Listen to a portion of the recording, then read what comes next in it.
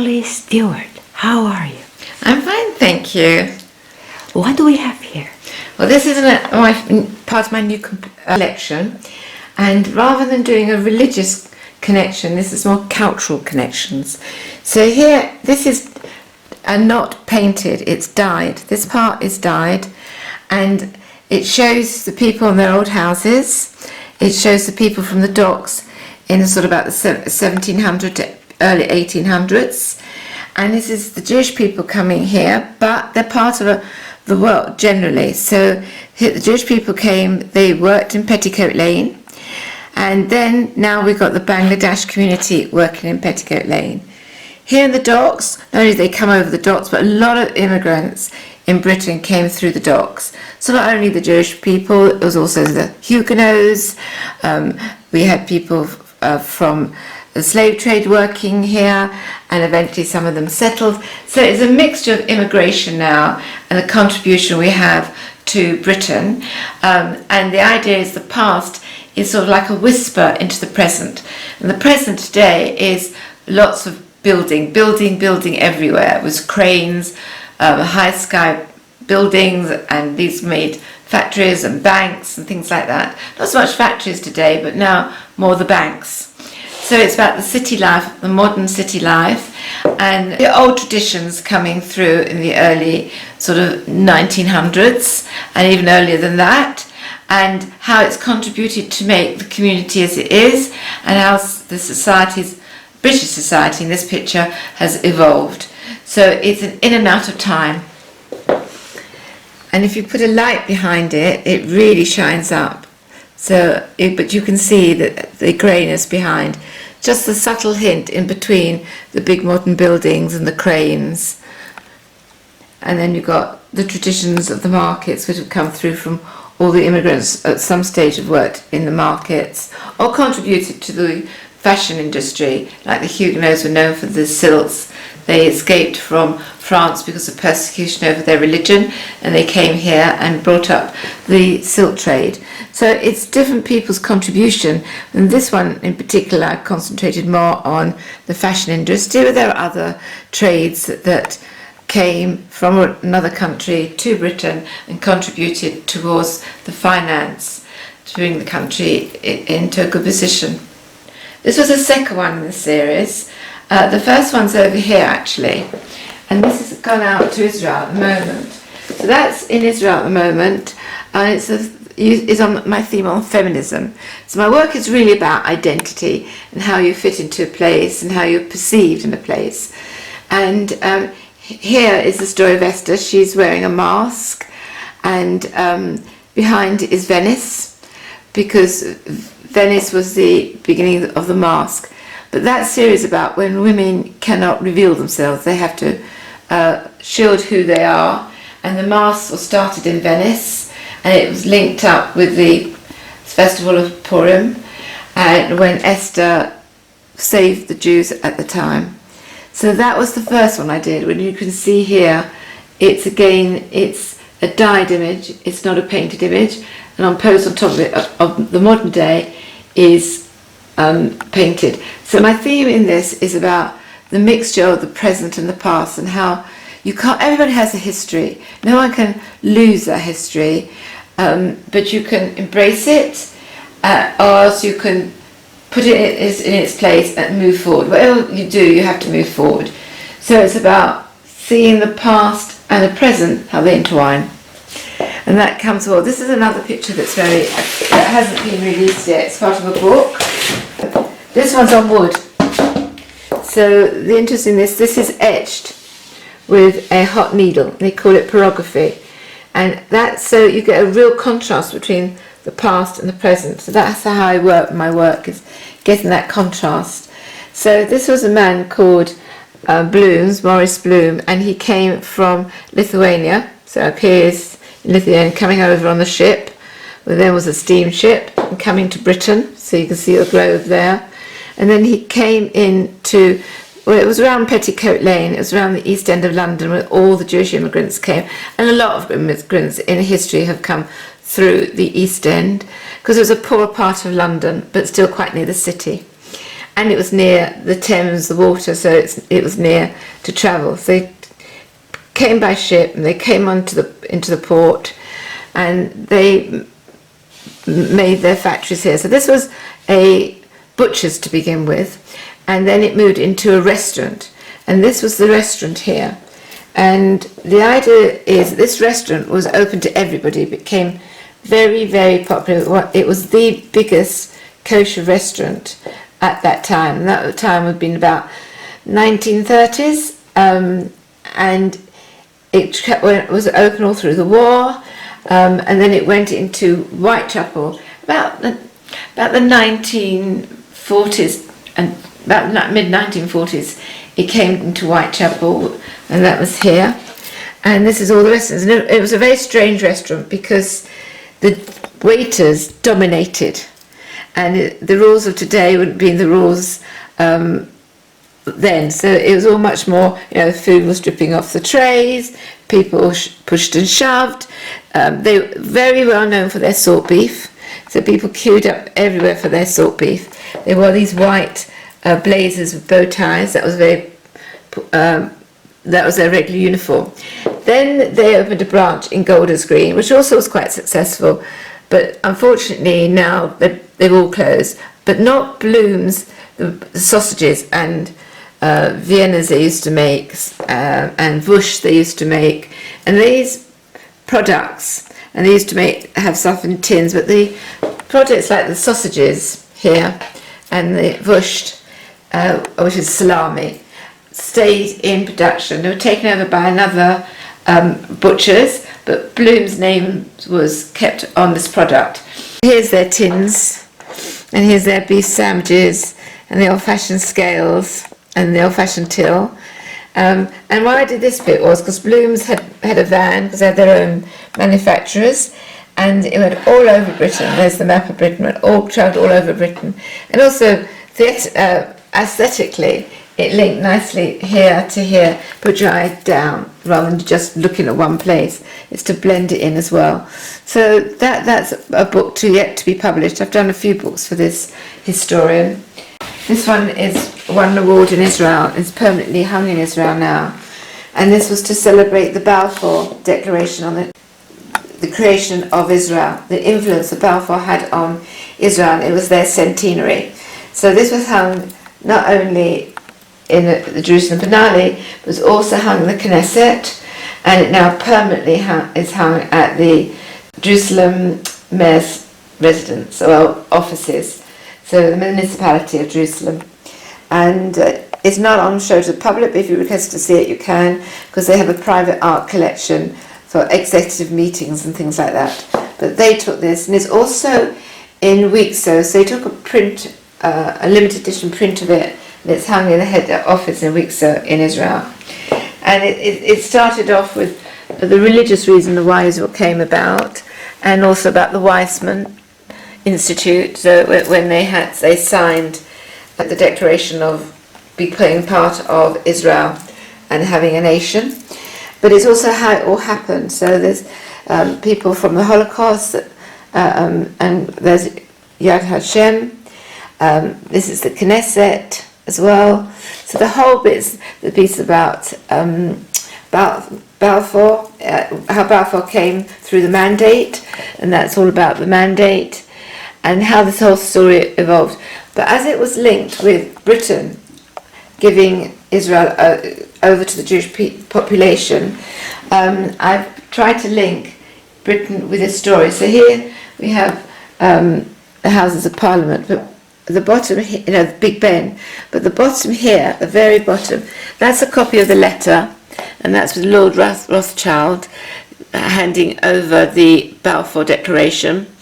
And this is Houses of Parliament, and it's linking the idea of the rule, of the laws and democracy that Britain brought to Israel. So there's all sorts of things like Haifa. This is the destruction of the Second Temple when Jews were then scattered.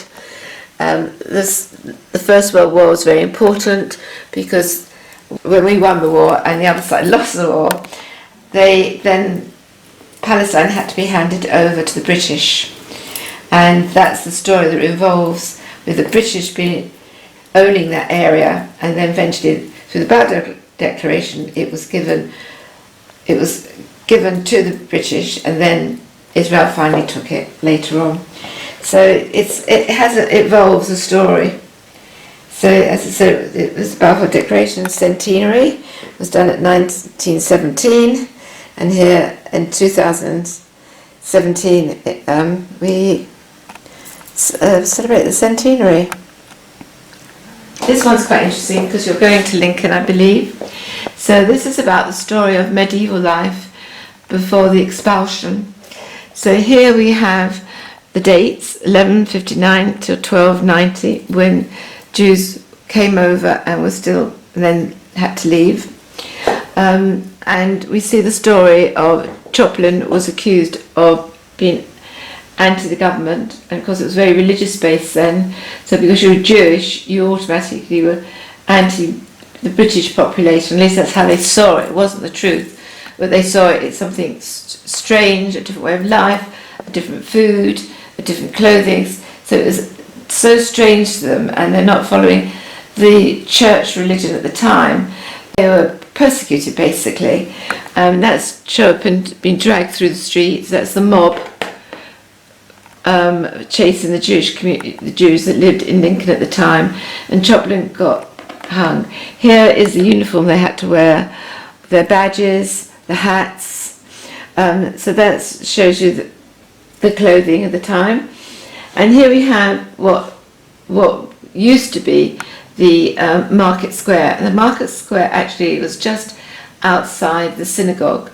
And if you go in through there, those would be the shops. But the Jews had upstairs, so they had to go through the shops and upstairs. So you can see the Jewish people, if you look close, had to weave their way between the market and the people shopping and the people selling. And here you've got the house of Aaron, who was one of the wealthiest Jews at the time.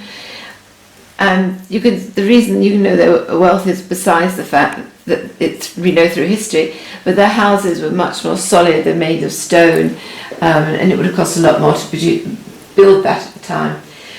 But the Jew, unfortunately, was stuck between serving the monarchy, the king, as sorting out his taxes, lending money, and the church, who were anti them because they were alien to their way of life.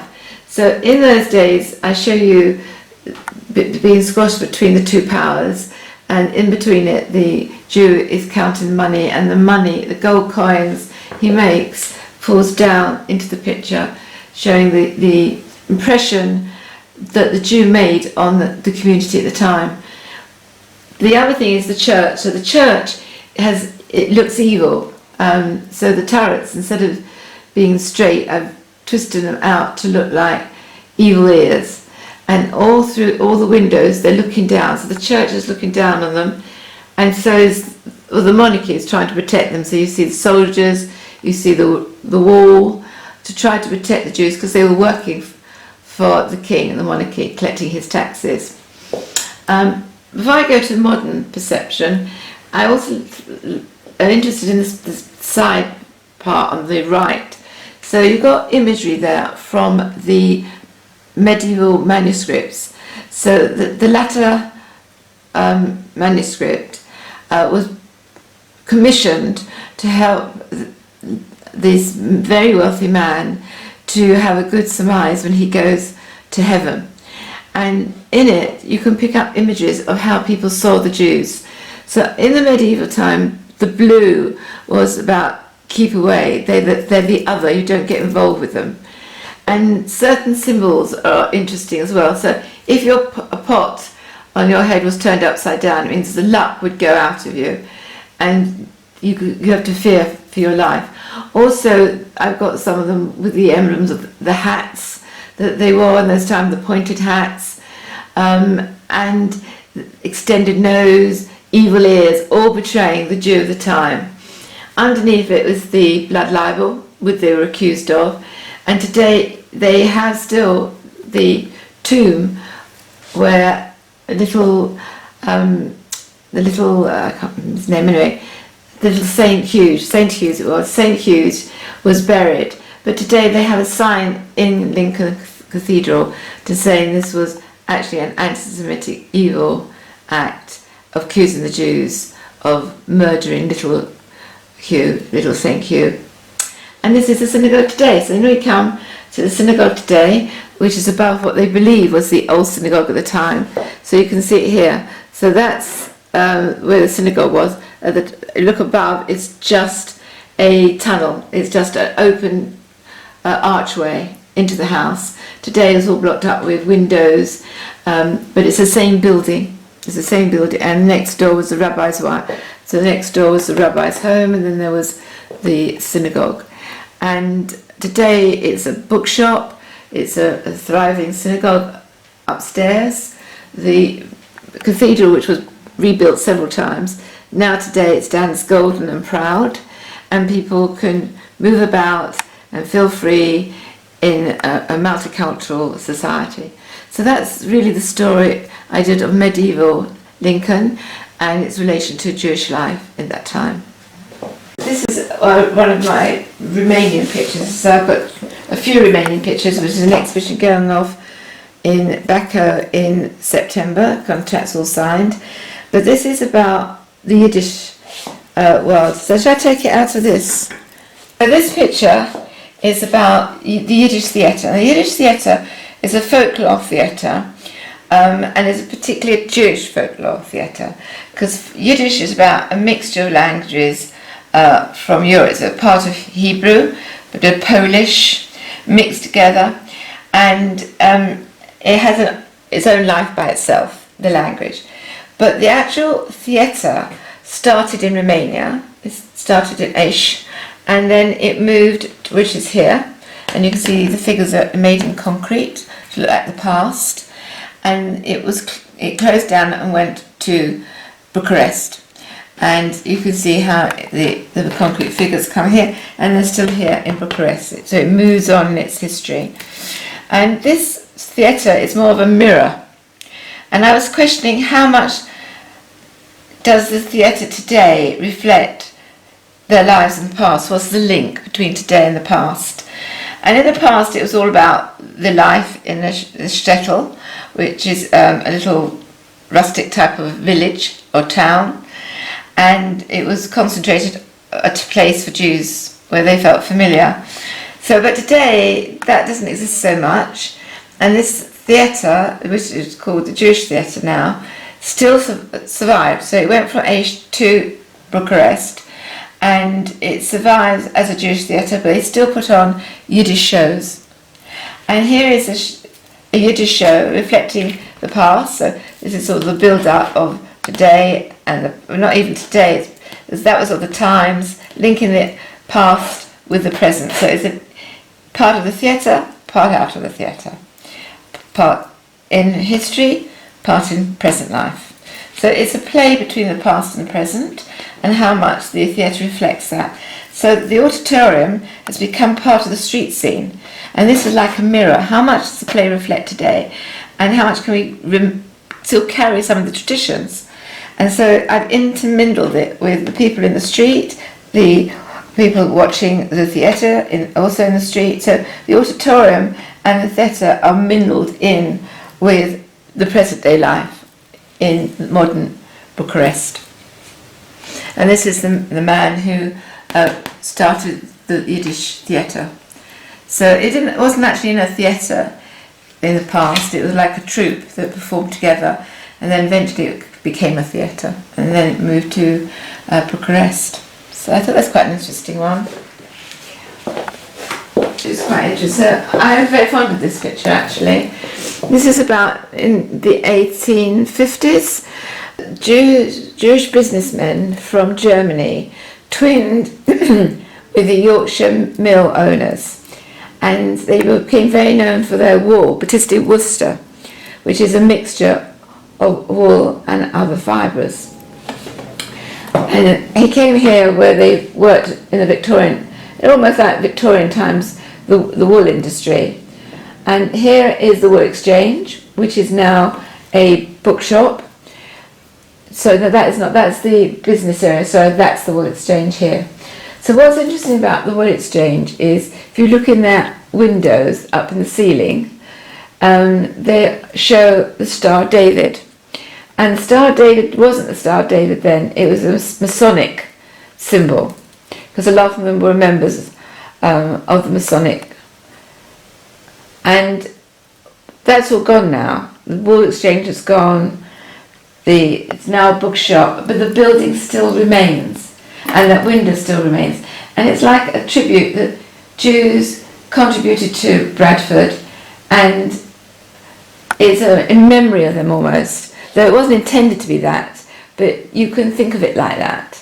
And especially today, because it's become very anti-Jewish. There's hardly a Jewish. There used to be a synagogue there, it's gone now, and it's very Middle Eastern, very Muslim area, and it's not an area that's sympathetic to the Jewish people. So it's interesting how legacies are left and remembered through the buildings. And this was a synagogue. It was a Reform synagogue, so it wasn't very traditional. It was quite relaxed. But the synagogue now has been bought by a mosque, and the design is very Middle Eastern, which is also really interesting. And I tried to link the synagogue in with the making of the cloth. And today that cloth, that Worcester cloth, has evolved into sari materials. So that's the inside and that's the outside. But if you look beyond that, you see the mills and the smoke being formed from the mills, but you've got all the different innovations in the Industrial Revolution coming through. So you've got the building of the canals, and you've got also the train lines there. But today, if you move on, lots of that has disappeared, and instead of the mills, you've got mosques, and the mosques are coming through with the markets and the fabrics that they're selling of today.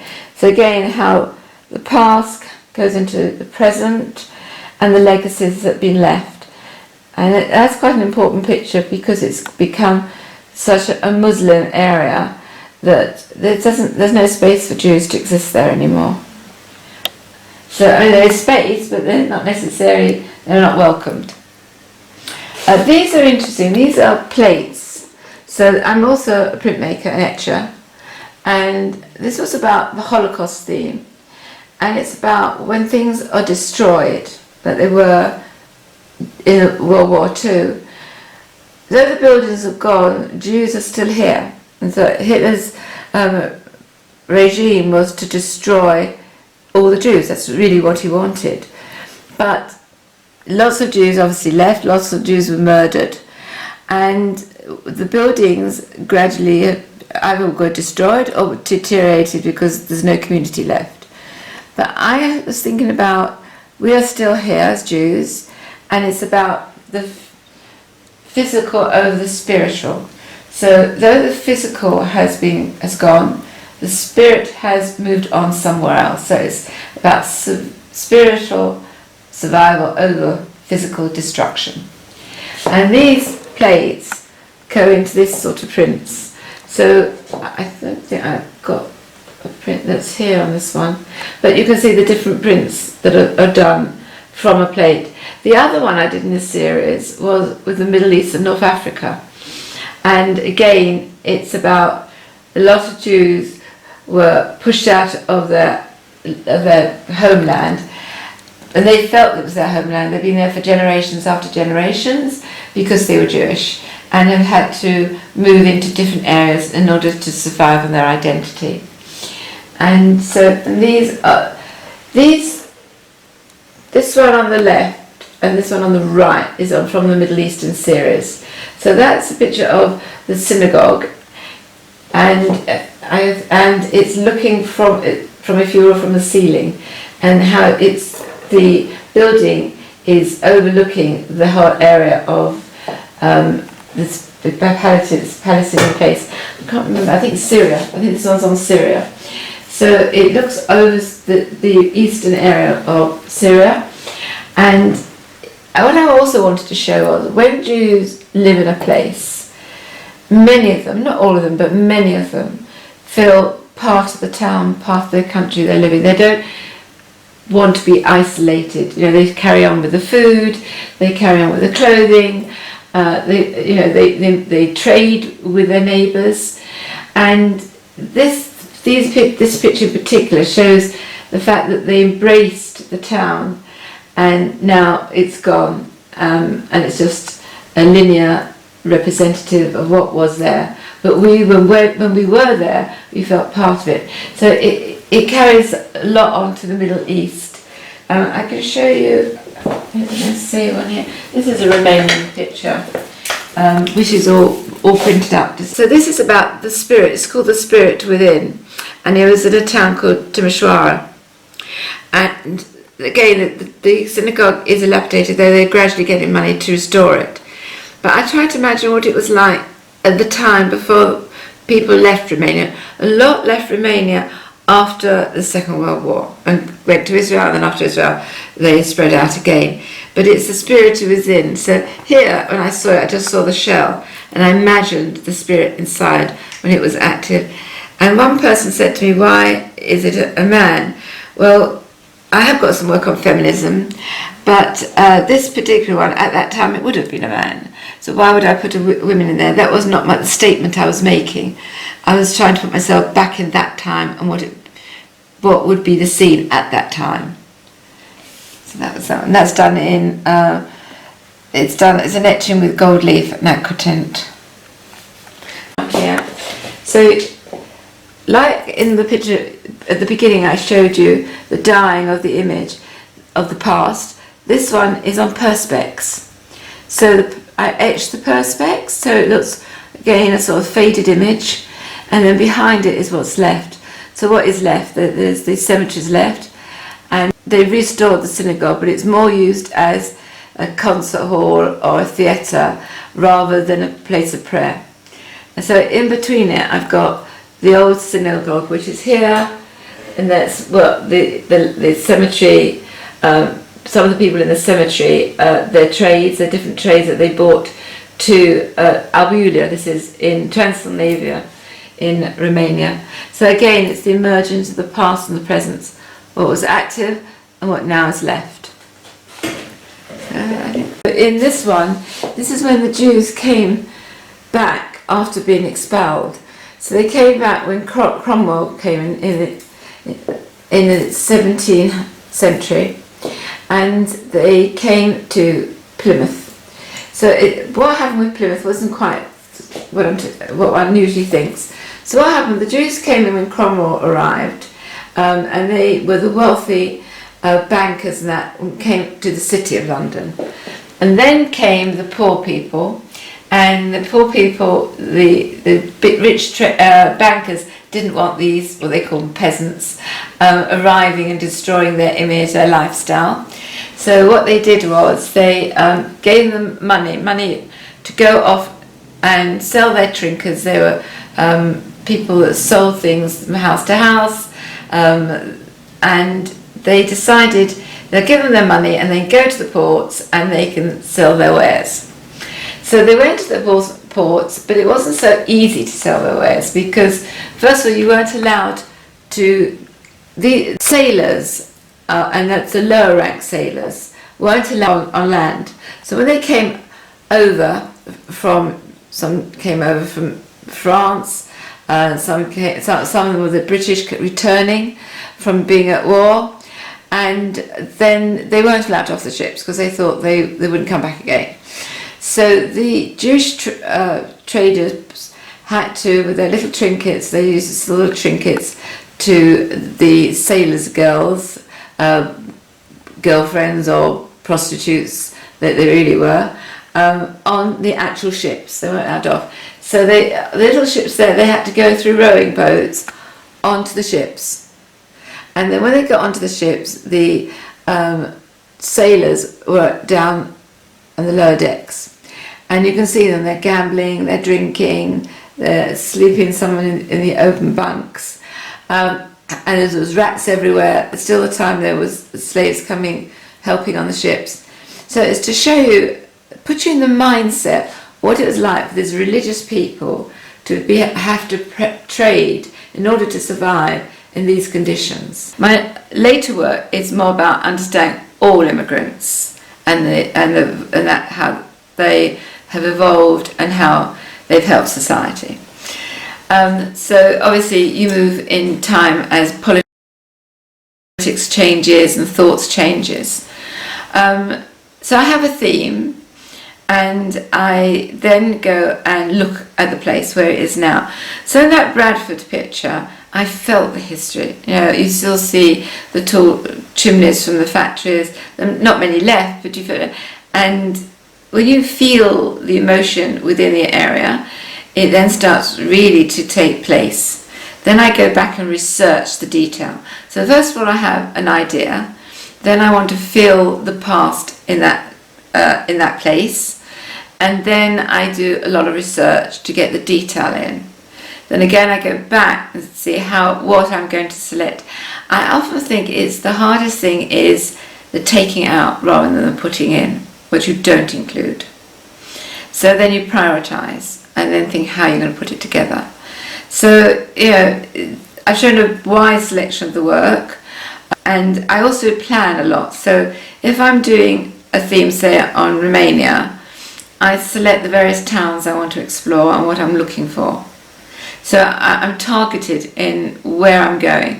I'm not just wandering around. It's often I concentrate on the synagogue, because even in a secular world, the synagogue is a place where people are identifying themselves as being a Jew. But often in my scenes, I show other religions. I show a mosque, I show a church, because they're also part of society. Though I'm prioritising, I'm not isolating. So that's the slight difference. Now my later work, which I showed you, I'm concentrating on immigrants' journey and their contribution. So there's my theme. And then my focus is more on now the docks and the buildings, because the docks are very much of the past, and then now become very much of a very fashionable place to live. A picture on the East End, and that was done quite a long while ago. Today my story might be slightly different, which it is, because I started on Docklands, which is all the areas around the Thames. And then I'm intending to go to Liverpool, where there's again a very, very big intake, not only of Jewish community, but the Irish community. And then also in the other place, I'm trying to think, there's a third place I wanted to see, Newcastle. And also Newcastle, again, it was a big port, a lot of people came through via Hull for these places. So though it's British based at the moment, I intend to move on. And I'm really interested in this theme at the moment. But I do other work like prints and things, which involve working with plates, working with wood, working with lino. So I do different ways of producing it. First of all, I want to get my message across. So I'm coming at it at different angles. So some of it's got raw canvas and prime canvas, some's got raw wood and prime wood. And overlapping different print methods to bring them in and to be able to relate to the techniques I'm using to tell this history. We all own a history, and that is part of who we are. And I think because I worked as a teacher in very difficult areas, I knew that every child that came through my class, even though I know it might fail in life, my job within that year was give that child hope and bring the best out I could, and he carries that confidence to the next year. And I was very involved with the community as well. So it was a primary school I worked in, and a lot of the schools, the parents didn't even want to come through the building. And if you told the kids off, they'd come and tell you off, and we were drunk. So we had really, I taught really difficult areas. And what we used to do often is make parties outside the school and try to get the community in. So we would go to a community centre hall, or we could get a parent who might offer her home for just a year to come to the party. Because remember, primary schools are much smaller than secondary schools, and you have more connection with parents because they drop their kids at the school, and there was a link between the parents all the time. So we tried to get friendly on a personal level with the parents in order to get the kids into school and to get a relationship that they could come and talk to us. And that worked well. We also worked with the community. So we worked with the police, because often these kids were caught up with difficult siblings, and they with the police. We also got involved with a social worker and some of the hospitals that had psychiatric units for some of these kids that were in such difficulties from broken homes and split homes and violent homes. So our job was not only to teach those kids, but to get them to have confidence that we're there for them, and the parents feel that confidence. So that gave me another insight to communities, which I'm so interested in, how communities and the people in the communities can relate. And I like them to relate in a positive way, not that we see threats, which only doing this work I do see threats.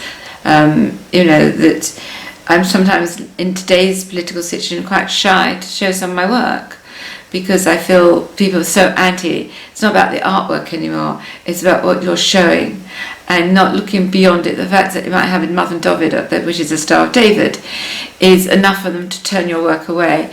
Not looking about, it's actually being cohesive, it's having empathy, and it's not, I do show mosques and things in the picture. It's more at an interfaith level, but they don't look at the artwork, they don't want to know about the subject, and you're dismissed.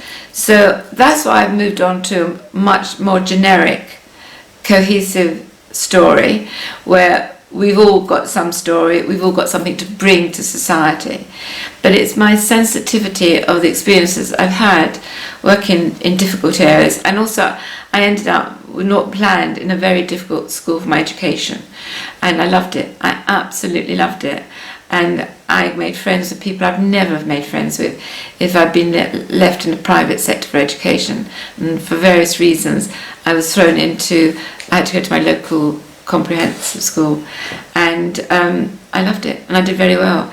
And that, I think, was really the spark, me really being interested in communities. And then I wanted to go back into teaching because I loved it so much, the comprehensive school. And that's how this has evolved.